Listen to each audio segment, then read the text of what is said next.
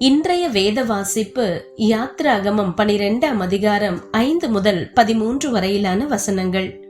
அந்த ஆட்டுக்குட்டி பழுதற்றதும் ஆணும் 1 வயதுள்ளதுமாய் இருக்க வேண்டும். செம்மறி ஆடுகளிலாவது வெள்ளாடுகளிலாவது அதை தெரிந்து கொள்ளலாம்.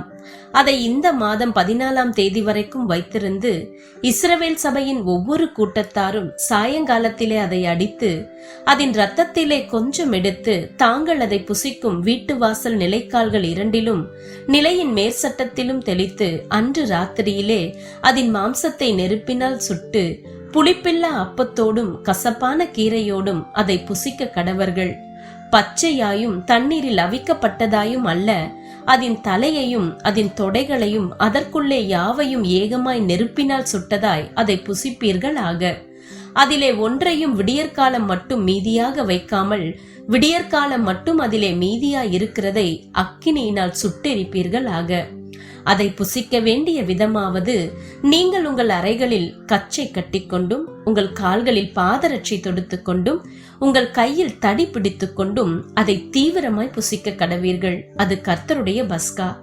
அந்த ராத்திரியிலே நான் எகிப்து தேசம் எங்கும் கடந்து போய் எகிப்து தேசத்தில் உள்ள மனிதர் முதல் மிருக ஜீவன்கள் மட்டும் முதற்பேராய் இருக்கிறவைகளை எல்லாம் அதம் பண்ணி எகிப்து தேவர்களின் மேல் நீதியை செலுத்துவேன். நானே கர்த்தர். நீங்கள் இருக்கும் வீடுகளில் அந்த இரத்தம் உங்களுக்காக அடையாளமாய் இருக்கும். அந்த இரத்தத்தை நான் கண்டு உங்களை கடந்து போவேன். நான் எகிப்து தேசத்தை அழிக்கும் போது அழிக்கும் வாதை உங்களுக்குள்ளே வராதிருக்கும். இன்றைய நற்செய்தி மரணத்தின் மூலம் வாழ்வு. காரல் என்பவர் புற்றுநோயுடன் போராடினார். அவருக்கு 2 நுரையீரல் மாற்று சிகிச்சை தேவைப்பட்டது. அவர் தேவனிடம் புதிய நுரையீரல் தருமாறு ஜெபித்தார். ஆனால் அவ்வாறு ஜெபிப்பது அவருக்கு சற்று விசித்திரமாய் தோன்றியது. ஏனெனில் நான் உயிர் வாழ யாரோ ஒருவர் இறக்க வேண்டும் என்பதை அவரால் புரிந்து கொள்ள முடிந்தது.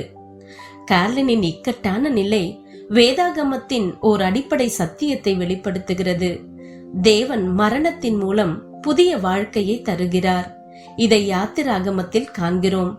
அடிமைத்தனத்தில் பிறந்த இஸ்ரவேலர்கள் எகிப்தியர்களின் அடக்குமுறையால் சோர்ந்து போயினர். தேவன் தனிப்பட்ட தீர்வை கொடுக்காவிட்டால் பார்வோன் தன் பிடியில் இருந்து அவர்களை விடுவிக்க மாட்டான். ஒவ்வொரு குடும்பமும் ஒரு பழுதற்ற ஆட்டுக்குட்டியை அடித்து அந்த இரத்தத்தை வீட்டு வாசலின் நிலைக்கால்கள் சட்டத்தில் தெளித்தால் மட்டுமே வீட்டின் தலைச்சன் பிள்ளைகள் உயிருடன் இருக்கும். இல்லையேல் மரித்துவிடும் என்ற நிலையை தேவன் அனுமதிக்கிறார். இன்று நீங்களும் நானும் பாவத்தின் அடிமைத்தனத்தில் பிறந்துள்ளோம். தேவன் தனிப்பட்ட தீர்வுக்கான தம் பழுதற்ற ஒரே பேரான குமாரனை சிலுவையில் இரத்தம் சிந்த ஒப்பு கொடுத்தார். அவருடன் சேர்ந்து கொள்ள இயேசு நமக்கு அழைப்பு கொடுக்கிறார். கிறிஸ்து உடனே கூட சிலுவையில் அறையப்பட்டேன், ஆயினும் பிழைத்திருக்கிறேன். இனி நான் அல்ல, கிறிஸ்துவே எனக்குள் பிழைத்திருக்கிறார் என்று பவுல் அறிவிக்கிறார்.